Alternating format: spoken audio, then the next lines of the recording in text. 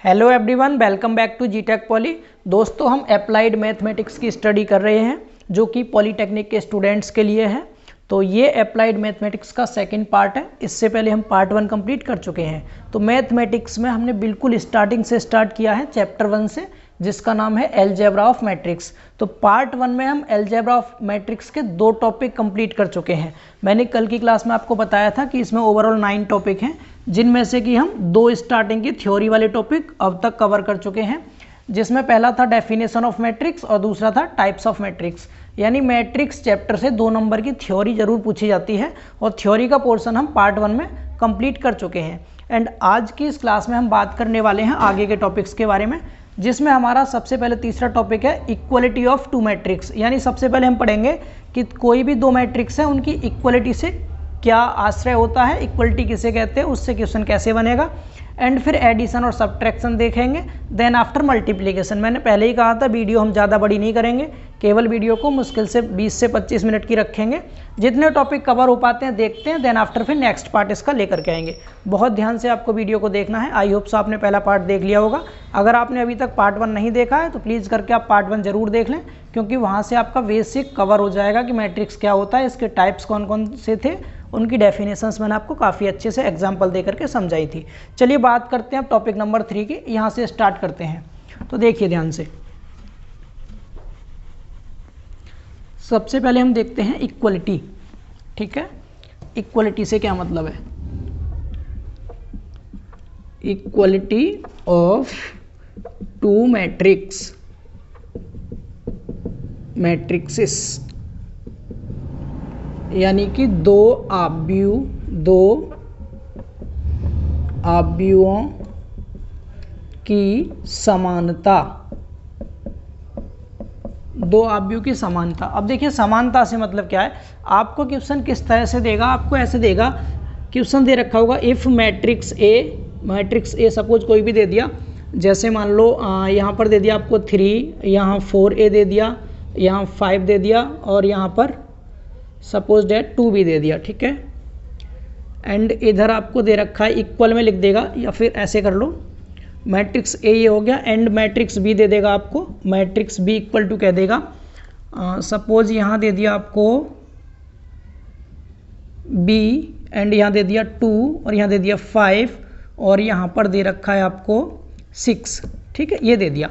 अब आपसे ये कहेगा if matrix A and matrix B are equal मतलब दोनों समान हैं, बराबर हैं। तो आपसे पूछ लेगा इसमें वेक्टर ए एंड बी की वैल्यू, ए की वैल्यू क्या होगी एंड बी की वैल्यू क्या होगी, ये आपको बतानी है। क्वेश्चन समझ पा रहे हैं? क्वेश्चन किस तरह पूछा जाएगा, कोई भी 2 वेक्टर कोई भी 2 मैट्रिक्स आपको दे रखे होंगे और आपसे ये कहेगा इसमें से कोई भी यहाँ पर अननोन एलिमेंट दे रखा होगा और आपसे कहेगा इस अननोन एलिमेंट की वैल्यू बताइए क्या होगी। समझ पा रहे हैं ना? तो अब आपको कैसे सॉल्व करना, तो इक्वलिटी से मतलब होता है दोस्तों कि यहाँ पर जो भी इसके एलिमेंट होंगे, पहला एलिमेंट पहले के बराबर होगा, यानी पहला तत्व पहले के बराबर होगा, दूसरा वाला एलिमेंट दूसरे वाले के बराबर होगा, एंड तीसरा एलिमेंट तीसरे के बराबर होगा और चौथा एलिमेंट चौथे के बराबर होगा। इक्वलिटी से मतलब ये है जो एलिमेंट जिस प्लेस पे आ रहा है वो अपने संगत दूसरे वाले तत्व के बराबर होगा। समझ पा रहे हैं ना? इक्वलिटी से मीन्स क्या है। तो यहाँ पर आपको करना क्या है, बिल्कुल ईजी है। ये पहला वाला एलिमेंट किसके बराबर होगा, पहले एलिमेंट के। तो यहाँ से आपको समझ आ रहा है 3 किसके बराबर है, b के बराबर है। तो आपको एक लाइन में आंसर मिल गया कि b इक्वल टू 3 आ गया। समझ पा रहे हैं? दूसरा देखें तो दूसरा क्या था, 4a किसके बराबर है, 2 के बराबर है। तो इस 4 को इस साइड ले जाओ तो a की वैल्यू 1/2 यहाँ से आ गई। तो a की वैल्यू कितनी आ गई, 1/2। तो a और b की वैल्यू आप निकाल चुके हैं। अगर आप और आगे देखना चाहते हो, यहाँ 5 है, यहाँ भी 5 है। समझ पा रहे हैं? यहाँ 2 भी है, यहाँ 6 है। तो यहाँ से भी b की वैल्यू आप फाइंड आउट कर सकते हैं। यहाँ 2b था और इधर कितना 6 है, तो 2b इक्वल टू आपने 6 रख दिया, तो यहाँ से b निकालें कितना आएगा, 3 आएगा, जो कि आप ऊपर भी निकाल चुके हैं। समझ पा रहे हैं? तो आपको बस कुछ नहीं करना है, इसमें पहले वाले एलिमेंट को पहले के बराबर रख के देखना है, दूसरे को दूसरे के बराबर। इसमें जो भी अननोन होगा उसकी वैल्यू इजीली निकल आएगी। समानता से सिर्फ इतना मतलब था। समझ आ गया ना, कि अगर 2 कोई भी आव्यूह दे रखे हैं तो उन दोनों आव्यूह के संगत अवयव आपस में बराबर होंगे। ये है इसका इक्वलिटी से मतलब। एग्जाम्पल मैंने आपको यहाँ समझा दिया है। आई थिंक आपको ये समझ में आ गया होगा। चलिए बात करते हैं नेक्स्ट टॉपिक की। बहुत आसान टॉपिक था, इसको बस इतना ही काफ़ी है। इसमें आगे देखिए दूसरा टॉपिक क्या है। तो ये टॉपिक नंबर 3 था, इजी था। अब देखेंगे एडिशन एंड सब्ट्रैक्शन, ठीक है। और एडिशन सब्ट्रैक्शन का 2 नंबर का क्वेश्चन पूछा गया है बीटी के बोर्ड एग्जाम में, तो पूछ सकता है। Addition and subtraction, addition and subtraction of matrices. इसका मतलब हो गया एडिशन एंड सब्ट्रैक्शन का मतलब आव्यूहों का योग व अंतर, आव्यूहों का योग मतलब होता जोड़ना, व अंतर, ठीक है। इसको अच्छे से समझना, इसका क्वेश्चन पूछा गया है। इक्वलिटी का क्वेश्चन ज़्यादा पूछा नहीं जाता है, लेकिन ये पूछा गया है। तो यहाँ पर क्या करना है, सपोज आपको कोई भी मैट्रिक्स ए दे दिया, कोई भी यहाँ दे रखा, जैसे एक 3x3 का ले लेते हैं बड़ा सा, ये दे दिया कोई A1 A2 A3 A4 A5 A6, कुछ भी हो सकता है, यहाँ मैं अपने से ले रहा हूँ इसे, A7 A8 एंड A9, ये दे दिया कोई भी A। एंड दूसरा दे दिया आपको मैट्रिक्स B दे रखा है B1 B2 B3 B4 B5 B6 B7 B8 and B9, ये कोई भी 2 दे दिया आपको matrix A and matrix B, 2 आव्यूह दे रखे हैं। और आपको क्या करना है, क्वेश्चन में कहा जाएगा आपसे कि आप a प्लस बी की वैल्यू निकालो, ठीक। या फिर आपसे कह सकता है a माइनस बी की वैल्यू निकालो। तो कैसे सॉल्व करेंगे, बिल्कुल ईजी है। इसका जो भी पहला वाला एलिमेंट है उसको दूसरे वाले के पहले एलिमेंट के साथ जोड़ दो, ठीक है। जोड़ देंगे तो यहाँ a1 था, यहाँ b1 था, क्या हो जाएगा a1 प्लस b1, समझ आ रहा है। ऐसे ही इसका दूसरा एलिमेंट इसके दूसरे एलिमेंट के साथ जोड़ दीजिए, क्या हो जाएगा ये a2 प्लस b2, जो जिस स्थान पे है उस पर ही रखते जाना। इसका a3 b3 के साथ जोड़ा जाएगा, a3 प्लस b3 हो जाएगा। समझ आ गया ना, पहला रो कंप्लीट हो गया आपका ये वाला। इसी तरह से आपको दूसरे रो में जोड़ना है, फिर तीसरे में जोड़ना है, काफ़ी ईजी है। a4 b4 के साथ जुड़ जाएगा तो a4 प्लस b4 हो जाएगा। आगे a5 प्लस इधर b5 है, आगे फिर a6 plus b6, then after इधर आ जाएगा a7 plus b7, a8 plus b8 and इधर a9 प्लस में b9। तो यानी कि हमें कुछ नहीं करना, संगत अवयवों को आपस में जोड़ देना है, सिंपल। अगर आपसे a प्लस बी पूछा गया है, अगर यही काम आपसे कहता कि नहीं a माइनस बी निकालिए, क्या निकालते a माइनस बी, तो आपको दोनों को जोड़ने की जगह क्या करना पड़ता है, इनको माइनस करना पड़ता है, दोनों को घटा देते, सिंपल क्या कर देते, माइनस कर देते। समझ पा रहे हैं सभी, ठीक है, काफ़ी ईजी है। संगत अवयव को जोड़ना है, जोड़ने को कहेगा तो अगर माइनस पूछा है तो माइनस कर देना। इसका एग्जाम्पल समझते हैं, और एग्जाम्पल हम वो करेंगे जो कि आपके बोर्ड एग्जाम में पूछे गए हैं, ठीक है। मैं बुक से कराता हूँ, एशियन पब्लिकेशन की बुक है ये। तो 3 क्वेश्चन है जो काफ़ी इंपॉर्टेंट है और पूछे गए हैं 18 19 20 नंबर। पहली एक्सरसाइज के 3 क्वेश्चन है जो एडिशन एंड सब्ट्रैक्शन के हैं, इनको आप साथ साथ लिखते रहिए, ठीक है।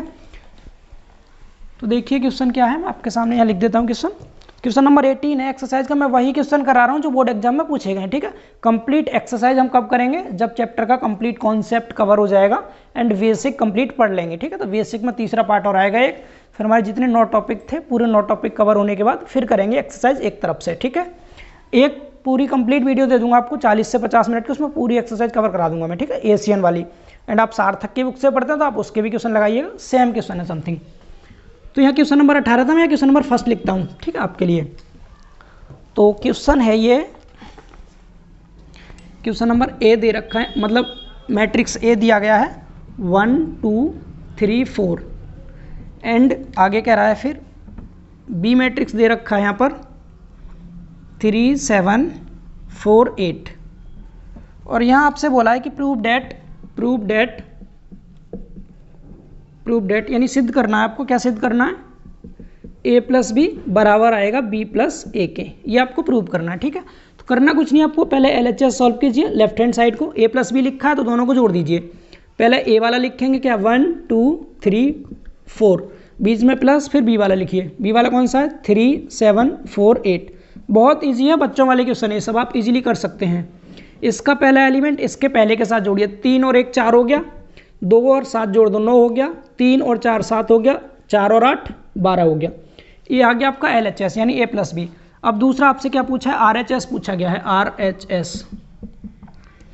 RHS में क्या है b प्लस है, तो पहले b वाला लिखिए क्या 3 7 4 8। अब प्लस किसके साथ करना है आपको, a के साथ। a की वैल्यू क्या है, ये वाला 1 2 3 4, ठीक है। इन दोनों को जोड़ दीजिए, यहाँ पर आपका RHS आ जाएगा, 3 और 1 4 हो गया, 7 और 2 9 हो गया, 4 3 7 8 4 12। अब देख लीजिए आपका left hand side and right hand side दोनों इक्वल हैं या नहीं, तो बिल्कुल इक्वल हैं, तो लिख देंगे यहाँ LHS equal to RHS, hence proved. ठीक है, ये आपका प्रूव हो चुका है। क्वेश्चन नंबर 18 था, मैंने आपके लिए क्वेश्चन नंबर फर्स्ट लिखा है, ये एडिशन एंड सब्ट्रैक्शन का। समझ आ गया? आप नोट भी कर सकते हैं, चाहे तो स्क्रीनशॉट ले सकते हैं। अब देखते हैं अगला क्वेश्चन। ठीक है, इसको रफ कर रहा हूँ मैं। अगला क्वेश्चन देखिए, क्वेश्चन नंबर 19 है और हमारा रहेगा question number second. Question number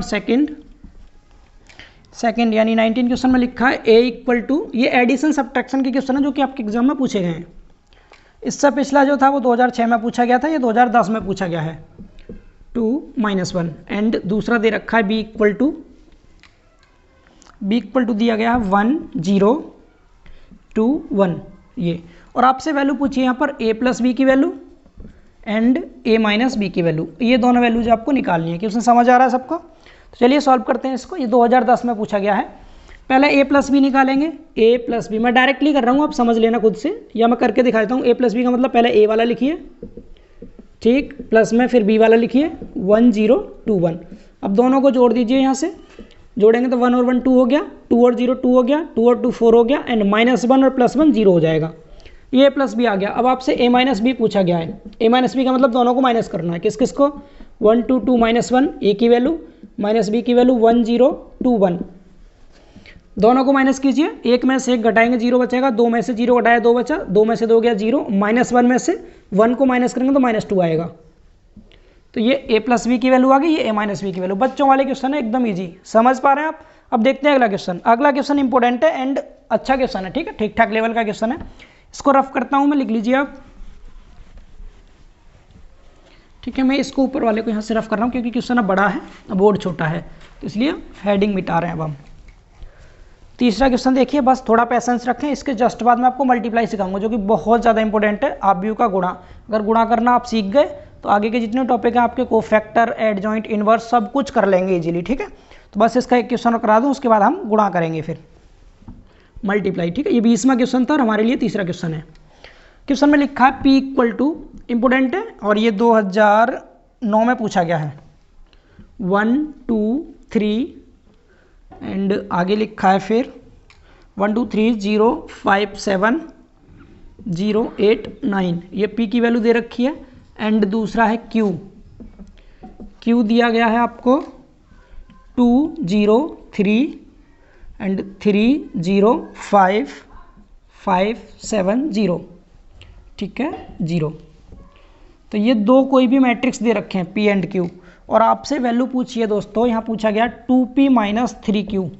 क्या पूछा है? 2P - 3Q की आपको वैल्यू फाइंड आउट करनी है। ठीक है, तो देखिए कैसे करेंगे आप। तो सबसे पहले आपको P पता है लेकिन हमें 2P चाहिए। 2P के मतलब क्या है? इस P वाले में 2 से मल्टीप्लाई कर दो, 2P मिल जाएगा आपको, 2P।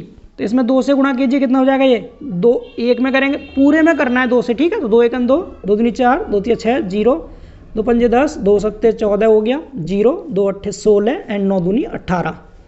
इसमें 2 से कर दिया। दूसरा क्या चाहिए आपको? 3Q। तो 3Q के लिए क्या करेंगे? Q वाले में 3 से करेंगे मल्टीप्लाई, 3 से, 3 दूनी 6 0, 3 का 3 में 9, 3 3 9 0, 3 5 15 और 3 यहाँ भी 3 5 15 होगा और 3 7 21 एंड 0। ठीक, अब दोनों को माइनस करना है क्योंकि आपसे पूछा गया क्या? 2P - 3Q। तो 2P - 3Q से मतलब है 2P की वैल्यू रखो 2 4 6 0 10 14 0 16 18 एंड -3Q की वैल्यू क्या है? 6 0 9 9 0 15 15 21 एंड 0। दोनों को माइनस कर दीजिए, आंसर आ जाएगा।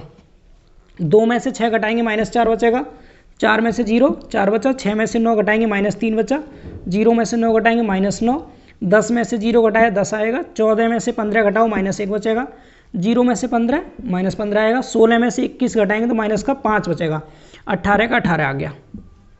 तो ये हो गया दोस्तों आंसर। इंपॉर्टेंट क्वेश्चन था और 2 नंबर के क्वेश्चन है। एडिशन एंड सब्ट्रैक्शन का केवल 2 मार्क्स का क्वेश्चन आता है आपके VT के एग्जाम में। तो ये एडिशन और सब्ट्रैक्शन भी आप सीख चुके हैं काफ़ी इजीली। अब बात करते हैं दोस्तों मल्टीप्लाई की। एंड मल्टीप्लाई आपको बहुत ज़्यादा इंपॉर्टेंट है, बहुत ध्यान से समझना। ठीक है, अगर मल्टीप्लाई समझ आ गया तो समझो अलजेब्रा आपका पूरा कंप्लीट हो जाएगा, मैट्रिक्स का अलजेब्रा। ठीक है, पहला चैप्टर। तो इसको रफ कर रहा हूँ एंड अब बात करते हैं आगे किसकी, मल्टीप्लाई की। देखिए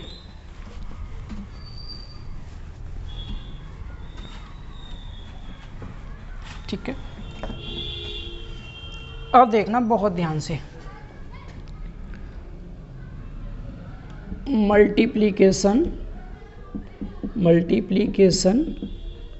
ऑफ टू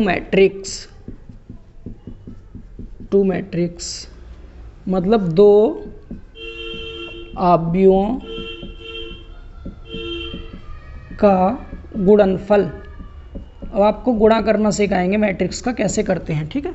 कुछ रूल्स हैं, कुछ कंडीशंस हैं, बहुत ध्यान से समझेंगे। सबसे इम्पोर्टेंट आज की क्लास का सबसे इम्पोर्टेंट टॉपिक यही है, इस पर आप इम्पोर्टेंट लिख लीजिए, ठीक।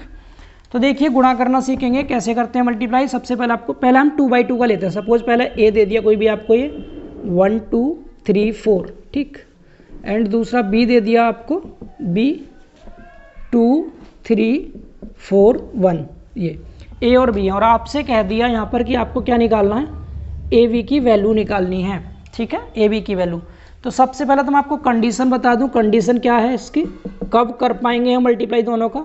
कंडीशन देख लें ध्यान से। पहले आप इसका ऑर्डर लिखना, जिस किसी भी ऑर्डर का, ऑर्डर से मतलब कितने इसमें रो दे रखे हैं, 2 रो हैं, इनटू कॉलम कितने हैं इसमें, 2 ही कॉलम हैं। तो 2/2 का है। इधर देखें तो ये भी 2 रो हैं, 2 ही कॉलम है, तो ये भी 2/2 का है। तो कंडीशन ध्यान रखेंगे, इसका तो पीछे वाली संख्या यानी कॉलम, और इसका आगे वाली संख्या रो। क्या मैंने क्या बोला, जो ए है इसका तो क्या, कॉलम ऑफ ए, यानी, और नंबर ऑफ कॉलम कर लो, ज़्यादा सही रहेगा, नंबर ऑफ कॉलम, कॉलम की संख्या, नंबर ऑफ कॉलम ऑफ ए, यानी ए के कॉलम की संख्या बराबर होनी चाहिए किसके, बी के रो की संख्या के। तो number of row of B, समझ पा रहे हैं, ये कंडीशन है। अगर ऐसा नहीं होगा तो अब मल्टीप्लाई पॉसिबल नहीं होगा। मैं भी आपको दिखाऊंगा वैसा भी क्वेश्चन जो पूछा भी गया और उसका ए बी निकालना पॉसिबल नहीं है। उस केस में क्या करेंगे आप एग्जाम में, ध्यान से समझना है, बहुत ध्यान से, ठीक है। कंडीशन क्या है, इसका तो पीछे जो लिखा है इसको कॉलम बोलते हैं ना, पहला रो होता है दूसरा कॉलम, तो नंबर ऑफ कॉलम तो पहले वाले मैट्रिक्स का और दूसरे का नंबर ऑफ रो, ये दोनों आपस में बराबर होंगे तभी आप गुणा कर सकते हैं, ये इसकी कंडीशन है। एंड रूल क्या होता है, रूल सुन लो, एक लाइन का रूल है, बिल्कुल सिंपल सा रूल क्या होगा दोस्तों, रो बाई कॉलम करते हैं मल्टीप्लाई, रो बाई कॉलम। कैसे करेंगे, row by column. Row by column से मतलब क्या हो गया, जैसे आपने यहाँ 2 मैट्रिक्स लिखे, आपको ए बी निकालना है, ए बी, तो पहला ए लिख लो, ए क्या था 1 2 3 4, ठीक। एंड दूसरा फिर बी लिख दो मल्टीप्लाई में, दूसरा बी क्या था 2 3 4 1। अब रो बाई कॉलम से मतलब पहले वाले का रो दूसरे वाले का कॉलम, इस तरह। समझ पा रहे हैं क्या बोला मैंने, पहले वाले का रो दूसरे वाले का कॉलम, मल्टीप्लाई करना है आपको। तो पहले रो को क्या करना, दूसरे के कॉलम के साथ, तो इसको कह देंगे रो बाई कॉलम। तो इसका पहला एलिमेंट इसके पहले एलिमेंट के साथ, इसका दूसरा एलिमेंट इसके दूसरे एलिमेंट के साथ, ये हो जाएगा इन दोनों का मल्टीप्लाई आपस में। समझ पा रहे हैं ना। अब लिखेंगे कैसे इसको, तो यहाँ लिख दीजिए, देखिए मैं इक्वल में इधर ही लिख रहा हूँ, जगह कम है नीचे, चलो नीचे लिख देते हैं, एक लाइन तो आई जाएगी यहाँ, सॉरी, यहाँ लिख देते हैं, एक का 2 में मल्टीप्लाई, 2 1 2 हो गया, बीच में प्लस लगाना है आपको, फिर दूसरे का दूसरे के साथ, 2 दूनी 4, सबको समझ आया, सॉरी 4 दूनी 8, 2 1 2 और 4 दूनी 8, इतना समझ आया। रो बाई कॉलम यानी पहले रो का पहले कॉलम के साथ हो गया। अब क्या करना है, पहले रो का दूसरे कॉलम के साथ करना है, मतलब पहले रो का पहले जितने भी इसमें कॉलम होंगे सबके साथ मल्टीप्लाई करके पहले रो में आपको लिख देना है। समझ पा रहे हैं, क्या किया, पहले रो का पहले कॉलम के साथ, अब पहले रो का दूसरे कॉलम के साथ कीजिए। तो पहले रो का दूसरे के साथ करेंगे तो क्या होगा, 1 का 3 में, 3 1 3, बीच में प्लस लगाएंगे, 2 का 1 में, 2 1 2। समझ आया, पहले रो का सम में कंप्लीट हो गया ना, तो पहली रो का काम खत्म। अब आएंगे दूसरे रो पर, तो दूसरे से स्टार्ट करेंगे। दूसरे रो क्या है, 3 और 4 है, तो दूसरे रो का पहले कॉलम के साथ, फिर दूसरे रो का दूसरे कॉलम के साथ। तो 3 का 2 के साथ 3 दूनी 6 हो गया, बीच में प्लस लगाएंगे, 4 का 4 के साथ, 4 चौक 16, ठीक। दूसरे रो का दूसरे कॉलम के साथ, 3 का 3 में, 3 3 9, प्लस 4 का 1 में, 4 1 4। समझ पा रहे हैं, एक बार फिर से रिपीट करता हूँ, पहले रो का पहले जितने भी कॉलम है सबके साथ कर लो, रो बाई कॉलम करते हैं, फिर दूसरे रो का दोनों कॉलम के साथ। समझ आया ना। तो हमने पहले इसका इसके साथ किया, तो 2 1 2, 4 दूनी 8 हो गया, फिर इसका इसके साथ, तो 3 1 3 और 2 1 2 हो गया, ठीक। फिर इसका इसके साथ, तो 3 दूनी 6, 4 चौक 16 यहाँ आ गया। फिर 3 3 9 और 4 1 4, ये आ गया। इसको सॉल्व कर लो, ये आंसर हो गया। 8 2 10, 3 और 2 5, और 16 6 22, और इन और 4 13। ये यहाँ से सॉल्व हो गया, ठीक है। तो रूल काफ़ी ईजी था, ये 2/2 का था, बहुत आसान था। अभी हम इससे बड़े बड़े मल्टीप्लाई करेंगे। बस आपको नियम याद रखना, कंडीशन ये होनी चाहिए, क्या पहले वाले का कॉलम दूसरे का रो बराबर हो, and row by column multiply करते हैं। समझ आ गया? छोटा सा क्वेश्चन था, आप इसका स्क्रीनशॉट ले सकते हैं। अब करते हैं 3/3 का, थोड़ा बड़ा सा क्वेश्चन उठाते हैं, ठीक है। बड़ा क्वेश्चन लेते हैं, इसको रफ कर रहा हूँ मैं, देखिए। अब आप बताएंगे क्या हम इन दोनों का मल्टीप्लाई कर सकते हैं या नहीं, ठीक है। और एक और चीज़ ध्यान रखना, मल्टीप्लाई में ज़रूरी नहीं है कि ए बी और बी ए दोनों आपस में बराबर आएँ, ठीक है। आ भी सकते हैं बराबर, नहीं भी आ सकते, इस चीज़ को भी आप ध्यान रखेंगे। कैसे, तो अभी आपको दिखाते हैं, देखिए, ठीक है। मैं इसको हटा रहा हूँ, मल्टीप्लाई करेंगे हम। तो मैंने यहाँ पर सपोज कोई एक एग्जांपल लिख दिया, वेक्टर ए इक्वल टू दे दिया 1 2 3 4 5 6, ठीक। यहाँ पर लिखा हुआ है, ये किस ऑर्डर का है, 2/3 ऑर्डर का है, ये 2/3 का। दो तो इसमें क्या रो, 3 कॉलम है, समझ आया। एंड दूसरा लिख दिया मैंने, कोई भी बी लिख दिया, बी 1 2 3 4 5 6 1 2 1। ये किसका, 3 रो है 3 कॉलम है, देख लीजिए 3 रो है 3 ही कॉलम है, ठीक।